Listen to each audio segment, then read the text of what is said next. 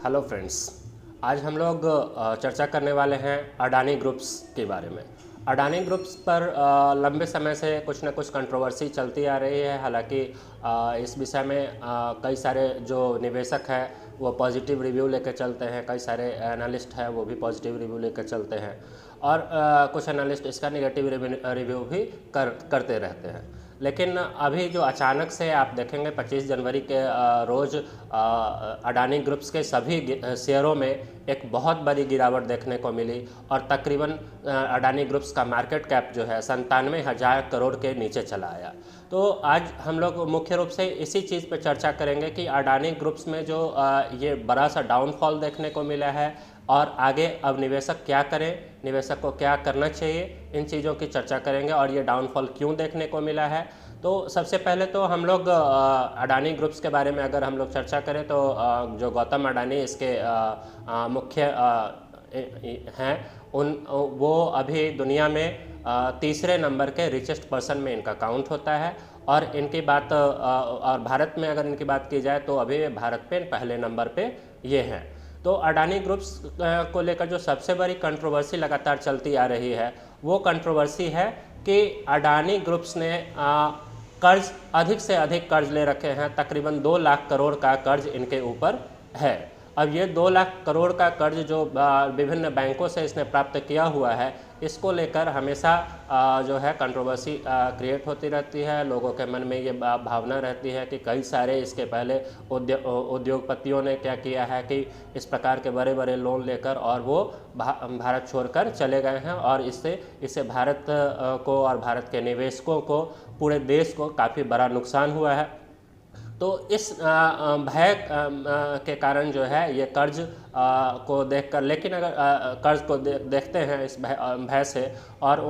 अविश्वास की तरफ जाते हैं। अब जो मसला है कि इतने सारे कर्ज डूबने के बाद फिर भी बैंक इन्हें कर्ज दे रही है, सरकार इनके सहयोग में है, तो क्या हो सकता है, ऐसा क्यों है। दूसरा इससे भी बड़ा जो मसला है वो है कि इतने कर्ज के बावजूद जो कई सारे बड़े निवेशक हैं वो इस पर अपना विश्वास बनाए रखे हैं। तो सबसे पहले हमें ये देखने की ज़रूरत है कि हम लोग अगर देखें कि कोई भी व्यापार, छोटे स्तर के व्यापार को भी अगर हम लोग चर्चा करें तो आप देखेंगे कि व्यापार मतलब कर्ज होता है। व्यापार अगर हम कर रहे हैं तो हम उसके बैलेंस शीट की बात करें, आप जब भी इस बैलेंस शीट को देखते हैं तो बैलेंस शीट जो बना हुआ होता है बिल्कुल एक प्रकार से आप देखें कि उसका जो 2 पार्ट होता है, 2 सेगमेंट होता है, वो एक एसेट का सेगमेंट होता है और दूसरा जो सेगमेंट होता है वो लायबिलिटी का सेगमेंट होता है। और अगर हम कॉमर्स की भाषा में कहें तो asset is equal to liability बोलते हैं। तो क्या है कि व्यापार में हमें यह देखना होता है कि लायबिलिटी कितनी है, लायबिलिटी कहीं एसेट से ज़्यादा तो नहीं है, लायबिलिटी एसेट से के कंपैरिजन में कितना कम है, एसेट के बराबर है। तो जो ये कर्ज है उसको हम लोग कंपेयर करके देखते हैं कि ये कितना कम है या कितना अधिक है। तो सबसे पहले तो हमें यह बिल्कुल बैलेंस शीट में देखना चाहिए अडानी ग्रुप्स के कि इनका जो कर्ज है निश्चित रूप से अन्य उद्योगपतियों के तुलना में बड़ा कर्ज है और ये लंबे समय से बड़े बड़े कंपनियों का अधिग्रहण करते हैं। अभी रिसेंटली आपने देखा होगा कि एनडीटीवी का इन्होंने अधिग्रहण किया, उसके पहले इन्होंने एसीसी सीमेंट का अधिग्रहण किया था। और जो मुख्य बात है वो कर्ज था। दूसरा उससे भी बड़ा बात है कि इन्होंने क्या किया कि जिन भी शेयरों को एसीसी सीमेंट्स और अन्य सीमेंट कंपनियों के शेयरों को खरीदा था तो उस शेयर को क्या किया इन लोगों ने कि उन्हें भी गिरवी रखकर और फिर किसी अन्य कंपनी में निवेश कर दिया। तो इस तरह से हम लोग ये समझ सकते हैं कि अडानी ग्रुप्स का जो कॉन्सेप्ट है काम करने का वो क्या करते हैं, पहले किसी कंपनी का अधिग्रहण करते हैं, उसके मॉनिटरिंग पॉलिसी को रिव्यू करते हैं, किसी डूबते हुए कंपनी को अधिग्रहण करते हैं और उसे प्रॉफिट मेकिंग बनाने की कोशिश करते हैं और उसके एसेट्स को प्लेस करके फिर क्या करते हैं किसी और कंपनी में निवेश करके और एक और नई कंपनी खरीद लेते हैं। ये इनके कार्यशैली है। अब ये तो इनके कार्यशैली का मसला था और इनके कर्ज का मसला था। इसी कर्ज को लेकर लगातार जो है कई सारी अभिव्यक्ति लोगों की मन में अलग अलग विचार आते रहते हैं और इस कारण से जो वॉलेटिलिटी है शेयर्स की वो दिखती रहती है। लेकिन एक बहुत बड़ा खबर जो है एक सर्वे कंपनी ने दिया। सर्वे कंपनी और मीडिया हाउसेस का जो रोल होता है स्टॉक मार्केट को अप्स डाउन करने में, तो उसमें एक बहुत बड़ा रोल अभी एक सर्वे कंपनी ने सर्वे करके दिया है और इन्होंने कहा है कि इसकी अकाउंटिंग पॉलिसीज़ जो हैं, इन्होंने अपने कंपनी के एसेट्स को बहुत बढ़ चढ़ कर दिखाया है। कई सारे अकाउंटिंग पॉलिसीज़ को का दुरुपयोग किया है, गलत ढंग से अकाउंट को प्रेजेंट करने की कोशिश की है और गलत ढंग से प्रेजेंट करके इन्होंने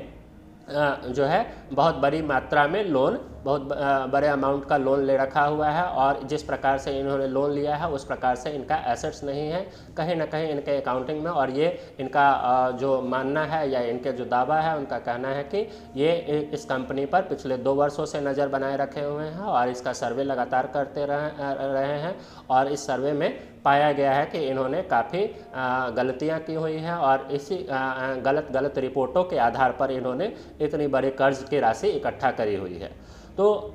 इसी सर्वे रिपोर्ट के कारण एक ही दिन में इस कंपनी को के मार्केट कैप में, या फिर हम कहें कि इस कंपनी में के जो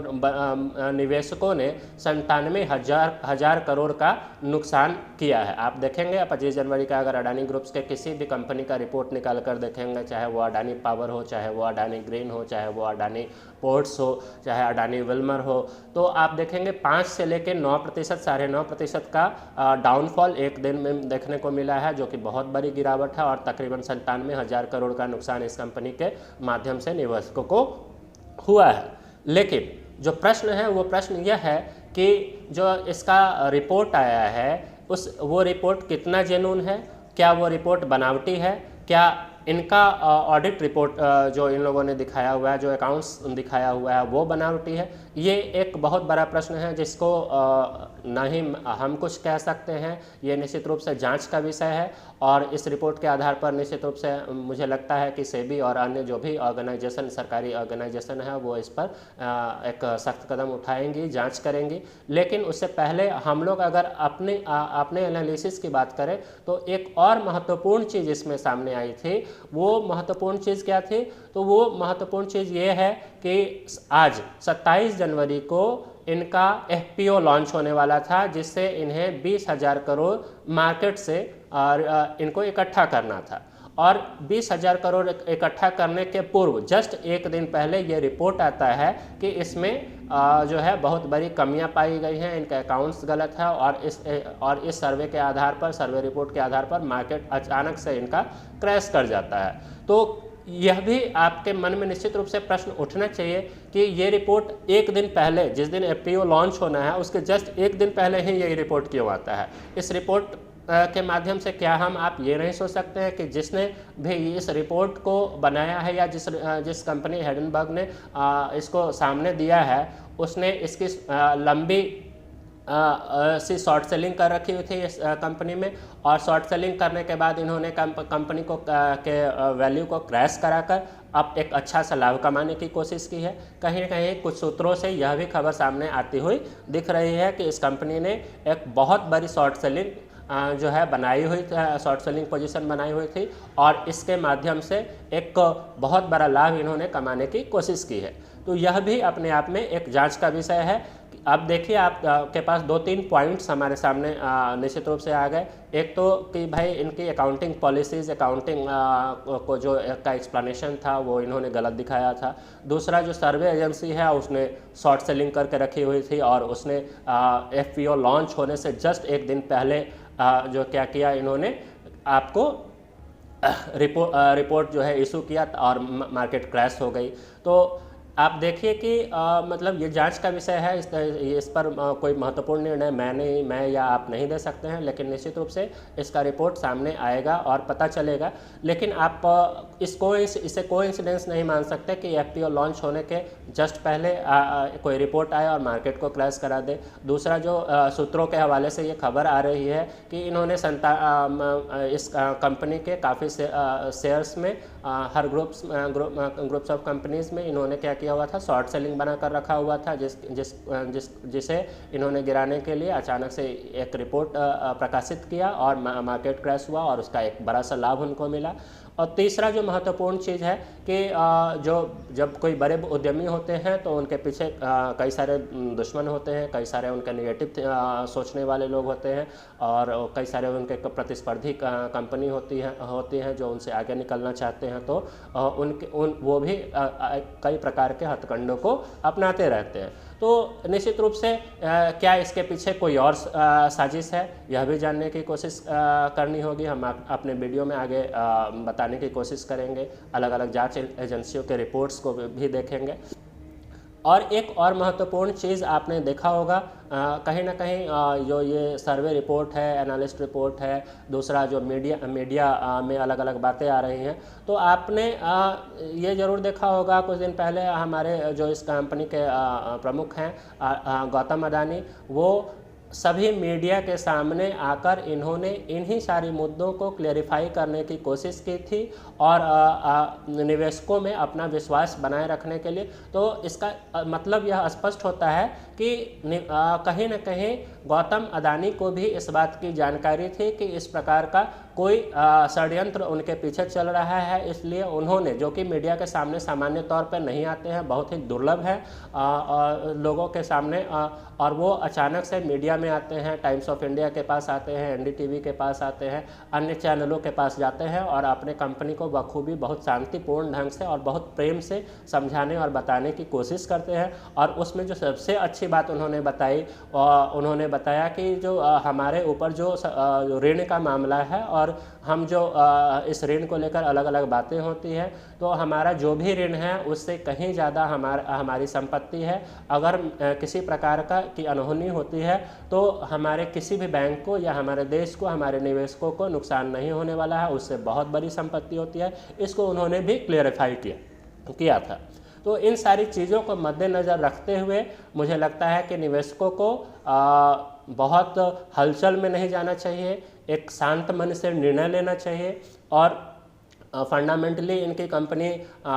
ऑलमोस्ट स्ट्रांग है, सब में कॉन्स आपको ये लोन्स दिखेंगे, लेकिन अगर आप किसी डेवलपिंग कंपनी की तरफ ध्यान देते हैं तो आपको बड़ा लोन्स, बड़े फंड की आवश्यकता होती है। जो company day by day expand कर रहा हो, जिस कंपनी का एसेट हर मिनट में बढ़ रहा हो, तो निश्चित रूप से उनका एसेट बढ़ रहा है तो उनके कर्ज भी बढ़ेंगे। इन सारी बातों को ध्यान में रखते हुए आज हम लोग फिर से अडानी ग्रुप्स के स्टॉक पर अपना नज़र बनाए रखेंगे। आपके पास भी अगर किसी प्रकार की कोई सूचना है तो कमेंट सेक्शन में शेयर करें, और निश्चित रूप से इस वीडियो में अगर आपको कुछ अच्छा लगा है तो उसे शेयर करें, सब्सक्राइब करें। धन्यवाद, और फिर से मैं अगली वीडियो को लेकर आपके सामने आऊँगा। Thank you.